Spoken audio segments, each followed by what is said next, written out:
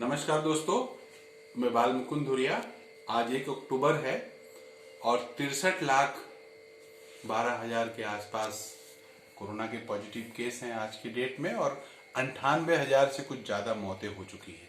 जब तक आप ये वीडियो देख रहे होंगे तब तक मौतों का संख्या 1 लाख के आसपास हो जाएगा। लेकिन ये इसलिए हम कह रहे हैं कि गंभीर होइए इसके प्रति, कोरोना के प्रति, और प्रिकॉशन रखिए, सुरक्षित रहिए। सरकारों ने आपको आपके भरोसे छोड़ दिया है। लेकिन आज हम आपसे एक बात करने आए हैं कि इधर हाथरस की घटना ने बहुत भीतर तक हिला दिया है। पिछले दिनों जब निर्भया कांड हुआ था, पूरे देश में एक उबाल था कि हत्यारों को फांसी दी जाए, इस तरह की घटना दोबारा ना हो, कई कड़े कानून बनाने की भी बात हुई थी।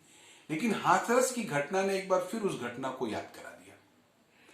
किस तरह से एक लड़की के साथ सामूहिक दुराचार होता है, उसकी जीभ काट ली जाती है, रीढ़ की हड्डी तोड़ दी जाती है और उसके बाद इलाज के दौरान उसकी मौत हो जाती है।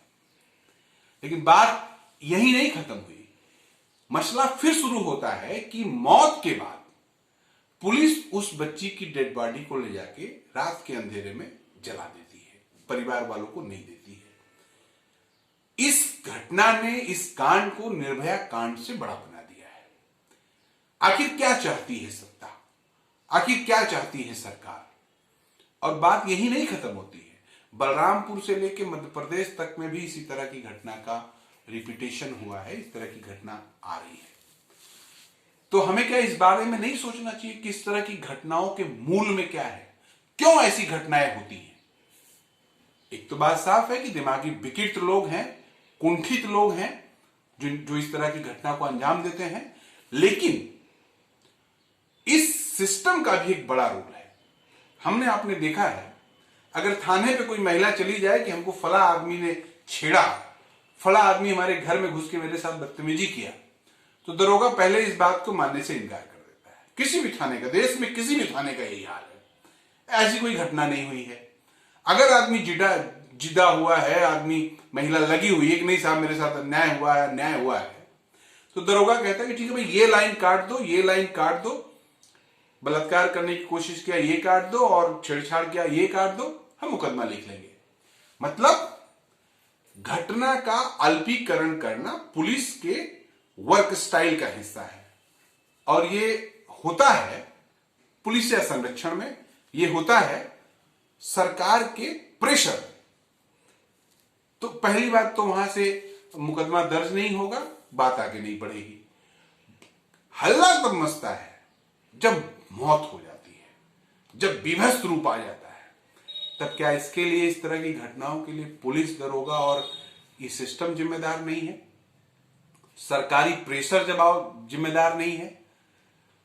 और अगर पुलिस मुकदमा लिख भी लेती है तो फिर समझौता कराने का दौर आता है। उसमें लोकल पॉलिटिशियन भी मिल जाते हैं कि किसी तरह से मामला रफा दफा कर ले। पीड़ित को बैठा के, बलात्कार पीड़िता को बैठा के समझौता करते हैं कि 10,000 ले लो, 5,000 ले लो, 20,000 ले लो, कुछ तुम ले लो, कुछ हम ले ले, मामला रफा दफा करते हैं। ये कैरेक्टर है हमारे न्याय व्यवस्था की, हमारे पुलिसिया सिस्टम की। इसलिए दोस्तों, बीमारी को जड़ से ठीक करना होगा। सरकार आज इनकी है, कल उनकी है, कल उनकी है। हर सरकार में इस तरह का खेल हुआ है। लेकिन ये सरकार जातीय वर्चस्व के नशे में है, इसने रिकॉर्ड तोड़ दिया है, इसलिए इसको भी दंडित करना होगा। और दूसरी तरफ हम देख रहे हैं आदमी फिर कहां जाए? पुलिसिया उत्पीड़न, पुलिसिया दबंगई के बाद अब कहां जाए?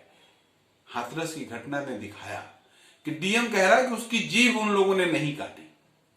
डीएम कह रहा है, वहां का जिम्मेदार एडमिनिस्ट्रेटिव आदमी कह रहा है कि हमने जब उसको जलाया रात को तो परिवार वालों की मर्जी से जलाया। भाई झूठ बोल रहे हो डीएम साहब, आप गलत बोल रहे हो। सरकार के कहने पे आप झूठ बोल रहे हो। ये सब नाटक बंद करो। आदमी, पीड़ित आदमी कहां जाए? कोर्ट जाएगा, कचहरी जाएगा, वहां तो और भी बुरा हाल है। पिछले दिनों एक हमको मित्र हमारे बता रहे थे कि हमारे मुकदमे में बरी होने के लिए हमने इतना लाख रुपया दिया, हमने इतना लाख रुपया खर्चा किया। तो छोटे स्तर पे पैसा लेके मैनेज हो रहा है, बड़े स्तर पे राम मंदिर का फैसला जिन लोगों ने दिया वो पार्लियामेंट में है, कल एक फैसला आया कि बाबरी मस्जिद अपनी गिर गई, किसी ने नहीं गिराया, ना लालकृष्ण आडवाणी जी ने, ना मुरली मनोहर जोशी जी ने, ना ऋतंबरा जी ने, ना उमा भारती जी ने। ये लोग वहां खड़े होकर लोगों को रोकते रहे और कुछ अराजक लोग आके गिरा दिए। गोया ऐसा हुआ कि उस दिन 6 दिसंबर को अयोध्या में भूकंप आया, बाबरी मस्जिद गिर गई, उसके बाद तूफान आया, सारा मलबा उड़ गया। मूर्ख बना रहे हैं आप, देश की जनता को मूर्ख बना रहे हैं। और जज साहब आप फैसला लेके उसी दिन रिटायर हो जाते हैं। अब देखना यह है कि किस दिन आप उपराज्यपाल बनते हैं, राज्यपाल बनते हैं या राज्यसभा में जाते हैं। यह हाल कर दिया है हमारी न्यायपालिका का। तो दोस्तों, हमको आपको इस बात के विषय में सोचना होगा, हमको आपको इस परिघटनाओं पे सोचना होगा। संघ का यही सबसे धूर्तता वाला कार्य इस दौर में रहा है कि हर जगह उसने अपने लोगों को बिठा दिया है। फैसला वही होगा जो सरकार चाहेगी, वही है वह जो राम रचि राखा, और इस बदल के हो गया है वही है वह जो सरकार रचि राखा। सरकार जो चाहेगी वही होगा। तब अल्लामा इकबाल साहब का एक शेर याद आता है, वतन की फिक्र कर नादा, वतन की फिक्र कर नादा, मुसीबत आने वाली है, तेरी बर्बादियों के मशवरे हैं आसमानों पर, गर न संभले तो मिट जाओगे हिंदुस्तान वालों, दास्तां तक न होंगी तेरी दास्तानों पे। दोस्तों, वक्त है, अभी भी समझ जाइए। खास करके बिहार के साथियों से कहना चाहते हैं, बंगाल के साथियों से कहना चाहते हैं, देश में अभी वक्त है, देश मनन करे, लोग मनन करें। अगर नहीं सुधरेंगे तो हमारी कई पीढ़ियों को इसका खामियाजा बदलना पड़ेगा, भुगतना पड़ेगा, झेलना पड़ेगा। आशा